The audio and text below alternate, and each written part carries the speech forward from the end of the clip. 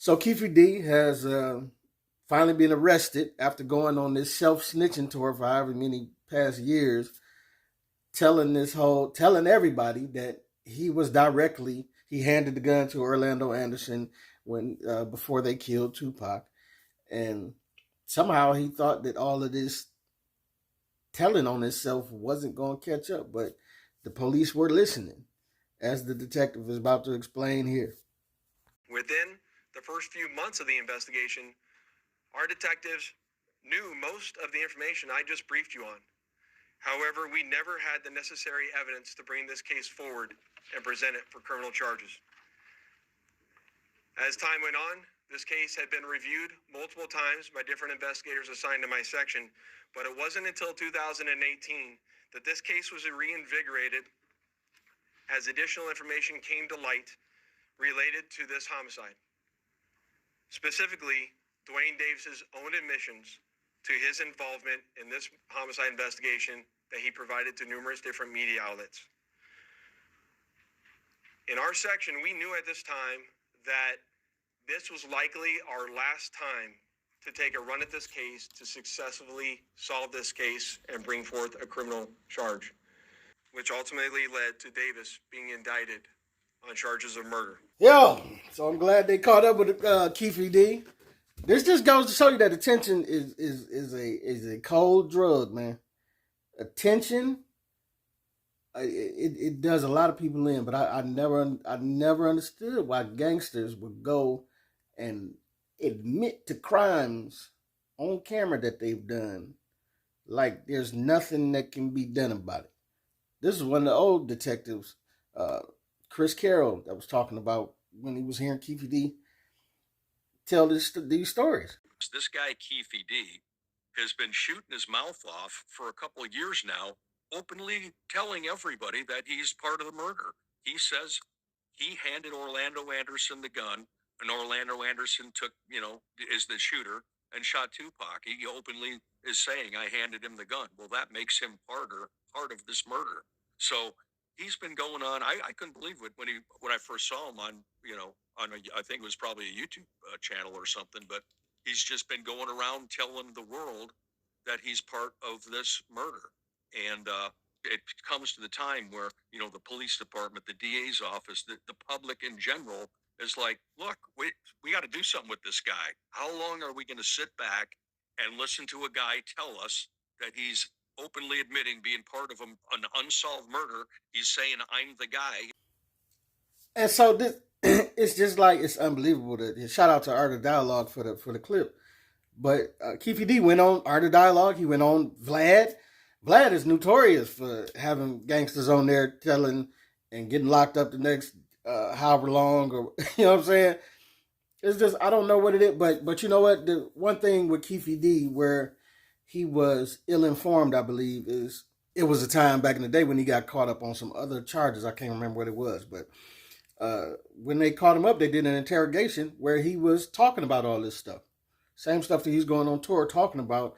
Allegedly he was giving information to the police, but they cut some type of deal to get him out of doing jail time, I guess, in that instance. Now, this is not word for word, this is alleged, but he had a deal for that situation, right? It didn't mean that per that deal, he was allowed to then go on this tour admitting at his own volition to everybody that he did this to Tupac. It's like, it was kind of like, I guess in his mind, I think in one of the first interviews he did, he actually had a lawyer with him. But after that, it was kind of like, oh, I guess I'm in the cool. You know what I'm saying? Like, so he started just talking more and more. I guess he felt like, well, they ain't did nothing. I guess I'm good. But apparently, and I don't know all the specifics to how that case was or how that agreement was, but apparently as they're arresting him now, it definitely didn't mean that he was allowed to go out on this tour talking about what he did in this case, because this has been common knowledge for a long time now that Orlando Anderson and Keefe D in the crew, did this to Pop. And many of us was like, well, I mean, I guess they just ain't gonna never arrest nobody. But by the time, I guess, like, I remember years ago when they were putting together kind of like little documentaries that would suggest certain people or whatever. And by the time I came upon this one with the Keefe D and Orlando Anderson thing, it was like, I think Orlando Anderson was already dead. Like, he had got shot later that year, probably a year after the Tupac thing, or don't give me the line, but, so it was like, I guess you can only get justice with the other people that was in the car. But then all of them have passed on in one way or another, everybody but Keefe D. So whatever agreement he had with the detectives before, it didn't give him, he was only granted some type of protection for that instance. And I think in his mind, once he started to talk about it a little bit and he didn't get popped right away, he figured, oh, I'm good. I must can say what I want to say. He done wrote books and everything and just told the whole scheme. But that was not the truth. You know what I'm saying? Like, we thought they were just never going to arrest anybody or close this case or, But as Chris Carroll was saying in another clip, it still needs to be evidence. And we have to wait to see what that evidence may be. But they, like, we all know they raided his home probably a month ago or something like that. And it wasn't said what was found or if anything matched up. I think one thing I heard that it wasn't that the bullets they found or whatever didn't match up. Something like that. But they were looking for anything type of, maybe old registration or something like that could connect to the crime. But the crime, I mean, that was 27 years ago. So slim chance they was going to find something. But it seems that they may have found enough evidence because now they are indicting him for the murder. But an indictment is still, it's just like when we talked about the indictment of Trump. It still is just an indictment. Now, while Keefe D is arrested, they didn't arrest Trump, but they booked him and let him go. But they still have to prove the connection or whatever. But he's been on camera many, many times admitting to this. But Chris Carroll also said this. Sometimes when people just admit to things, it possibly can't.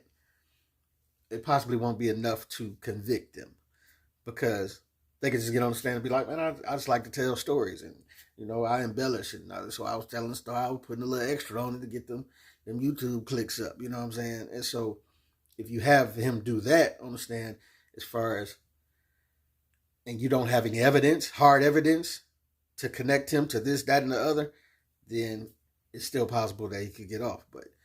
But you already have the on-camera footage of them beating up Orlando Anderson. And ain't to say they have any on-camera footage of them retaliating or whatever, but we'll see how it goes from here. But I'm just going to say it again. To the people that are sitting back in the nosebleed section, like, stop telling on yourself. I don't know why we keep thinking, listen, I know the attention is a lot. When you start to get clicks and go viral, it's a lot. But it is not worth your freedom. And I don't understand. I'm not advocating for crime. Let's understand that, right? Because I'm happy Keefe D got caught up anyway. Because Pac was, I can't even explain what Pac was to the world, man. Y'all know. But he was a great brother. That was, he was young. He was young and thugging, but he was definitely a revolutionary and a great-hearted man. And he was trying to find his way out of the thuggery, I believe. But he was immersed in it, you know what I'm saying? But he had that duality, the two sides of him that I believe the great militant. Somebody said this perfectly. He was a revolutionary without a revolution, and so that It might have been Jada Smith. I can't believe I just quoted Jada. Man, but it might have been that where it's like that built up revolutionary energy, and then you thugging, and then the energy just goes into that. You know what I'm saying? And we hate to see that because that kind of culture has gravitated towards a lot of young men today, where they just shooting each other in the face and rapping about shooting each other in the face, and it gets tiresome.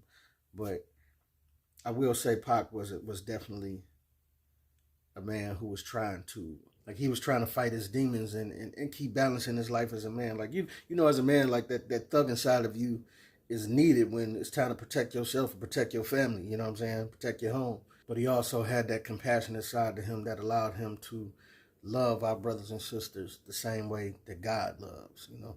And we just missed the dude, man. So I'm glad Keefe D got caught up. But I'm just terribly disappointed in the thugs of today that think they can keep getting on these platforms and talking and telling their whole life stories and don't think nothing gonna happen, man.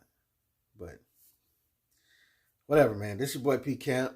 Let me know what you think, what you don't think. We'll be back with some updates when we let you know if they got any evidence or, you know, updates in the case. But get at your boy.